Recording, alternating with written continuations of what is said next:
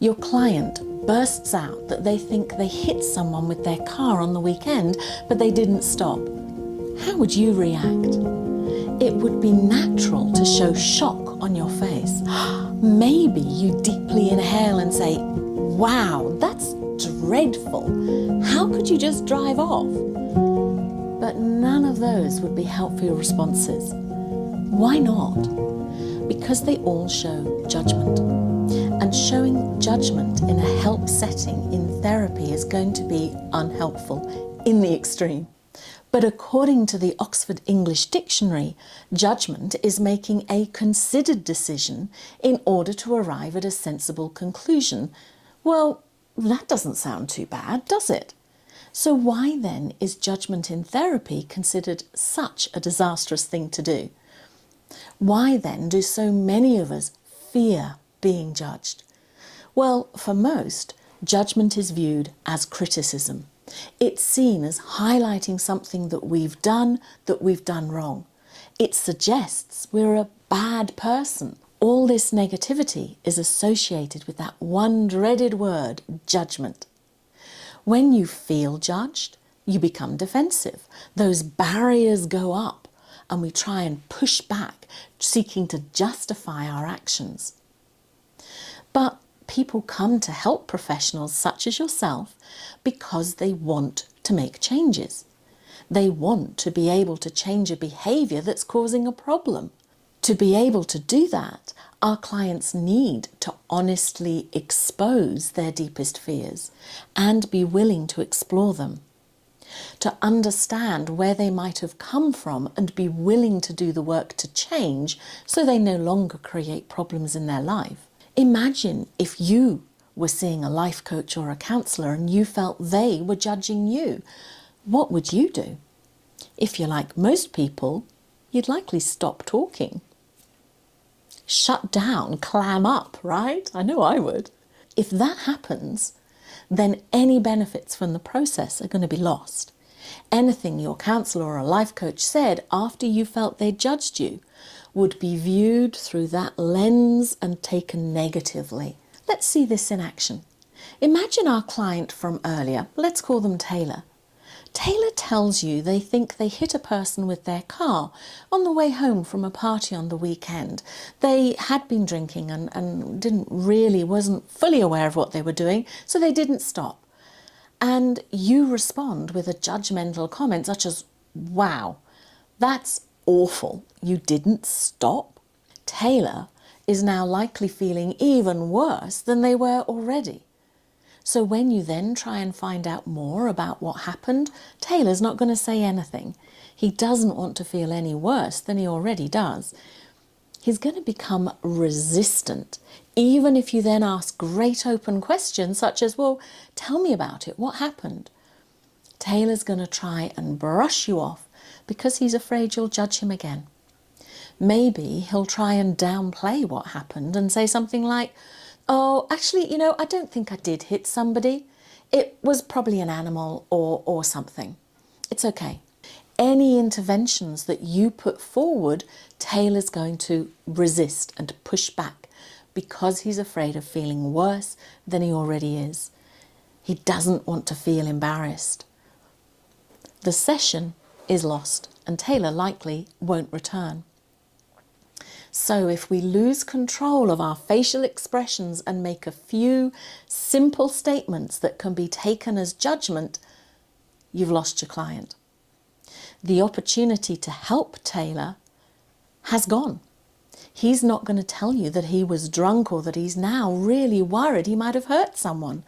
You're not going to be able to help him think about his behaviour and how he could change it so that he doesn't hurt others in the future. You're not going to be able to help him find ways to know for certain what did happen. Taylor will likely walk out of your office feeling disrespected, dreadful, more embarrassed and guilty than he was when he went in, and he may go and drown his sorrows in drink, making everything much, much worse. Now, you may be thinking, "That's a bit extreme, Carrie." But if you think about it, it's not that uncommon for our clients to share shocking news with us. After all, they've come to see you to get help. They've come to see you to make a change in their life. Clearly, something is not working for them. Now, it might not be as extreme as thinking that they've hit someone with their car, but for our clients, if everything in their life was rosy and ticking along just fine, they wouldn't need us, hey? So that's why in therapy, counselling, life coaching, as practitioners, we must work really hard to withhold any judgments, to be non-judgmental. When you avoid criticising or blaming your client for having thoughts, for feeling the way they do, or even for their actions, your client is then going to feel comfortable and be more willing to open up about any challenges they're facing without fear.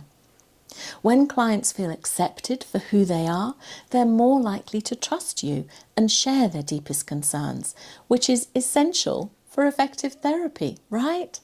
Being non-judgmental helps to foster a positive therapeutic relationship, and it is in that space that change can happen. When clients perceive that you genuinely accept them without judgment, they're going to feel valued, respected, and that creates a strong foundation for the counselling or coaching process, where they can explore their emotions, their experiences, and personal growth can happen without feeling ashamed or embarrassed. Think about Taylor. He likely feels highly embarrassed that he doesn't fully know what happened. He can't really remember.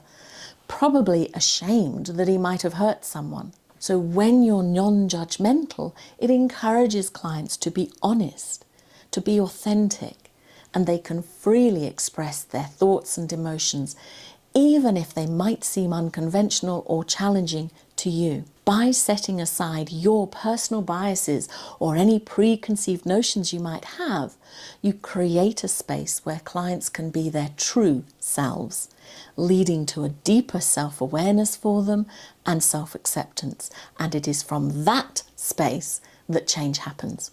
In the first video in this mini-series, we talked about what you can do to create a safe space for your clients. Being non-judgmental also promotes a sense of safety and non-threat.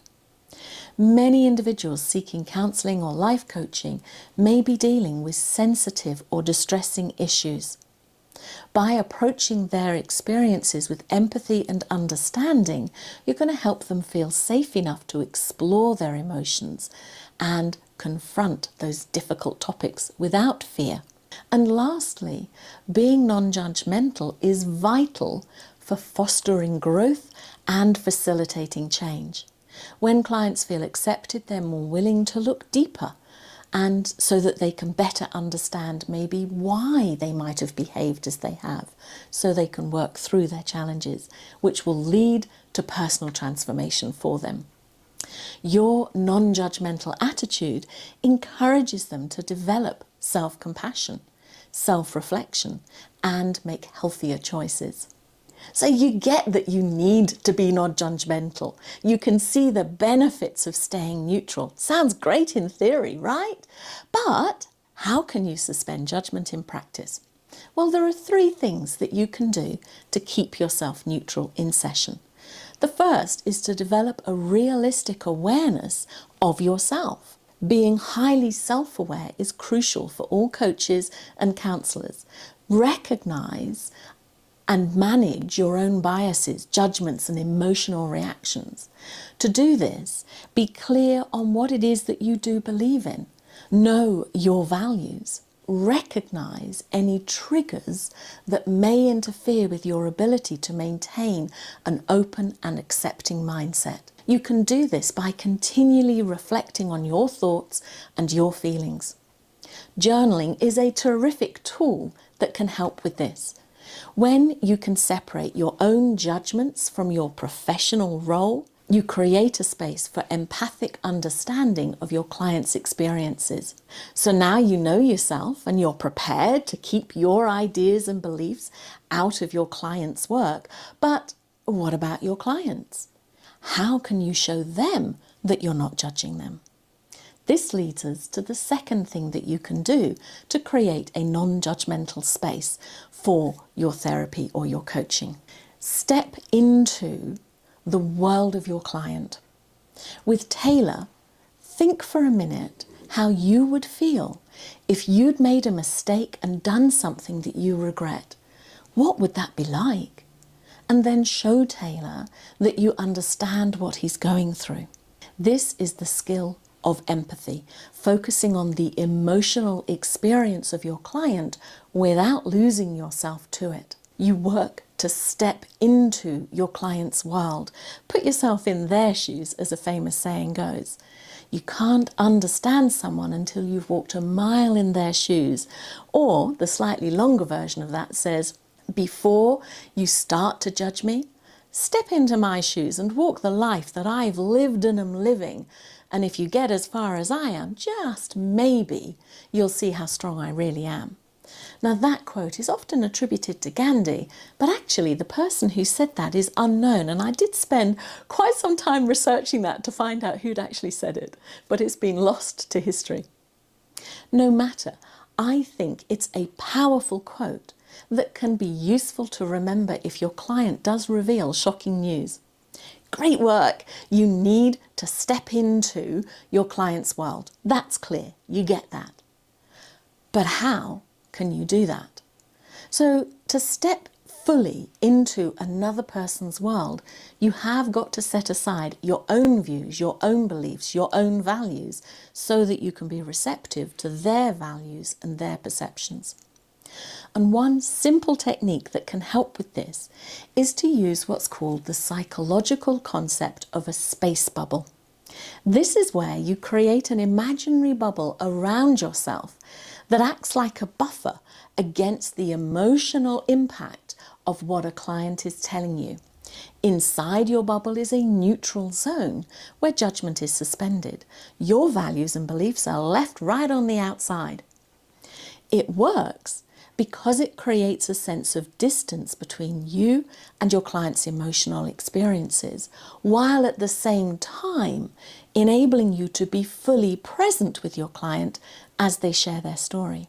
You could imagine yourself stepping into your bubble at the start of each session, leaving your values and beliefs outside the room so that you're present for your client, but with a degree of separation. And then at the end of the session, as you reflect and review on what happened, you can step out of your bubble and back into yourself and who you are with all your personal values and beliefs. One way to set aside your own views during your preparation time before each client, review their notes, mentally put yourself outside the door, step into your bubble. Everything's going to be waiting for you when you finish the session. But for the next hour or so, you're not you. Immerse yourself in the world of your client. So now you've stepped into your client's world, but what can you do when the world that you've stepped into is a really uncomfortable place where what you see is just too horrible to contemplate? This can be really challenging, hey? But one tool you can use to help with this is curiosity. Be curious. Develop the habit of asking curiosity-based questions in order to understand what's really going on for your client. If you recognise that no one will change anything unless they really want to change, so you need to explore this with your client. Curiosity is a powerful tool to use for this. Be respectfully curious. Use tentative language such as, I wonder what life might be like for you if you were to stop drinking. What do you think? Use your skills to ask powerful questions that will really get your client thinking beyond the surface level. Explore all the dimensions. Be curious about what it would be like if they did nothing. Be curious about what could happen if they did make a change. Start your client along the path of possibility thinking. Be curious about the difficulties of making the change. It can be really easy, can't it, to get tempted to sugarcoat any changes that need to happen and pretend that everything's going to be all right, when we all know that challenges and obstacles and setbacks are going to happen. Changing behaviour is hard. Just ask any of us who've tried to lose the weight that we put on when we were pregnant. And be curious about the benefits of their current behaviours. See, all behaviours happen for a reason. And when your client understands why they do what they're doing, drinking for Taylor, then it will be much easier for them to find other, more healthy ways to achieve the same aim. Now you have a way to remain neutral, be non-judgmental, and foster openness from your clients. But what can you do when your client is angry? And all they say is angry responses and blaming everybody. For this, you'll want to watch this video next to reveal powerful tips. I know you can do it, so why the hell not? Thanks for watching. I'll see you next time.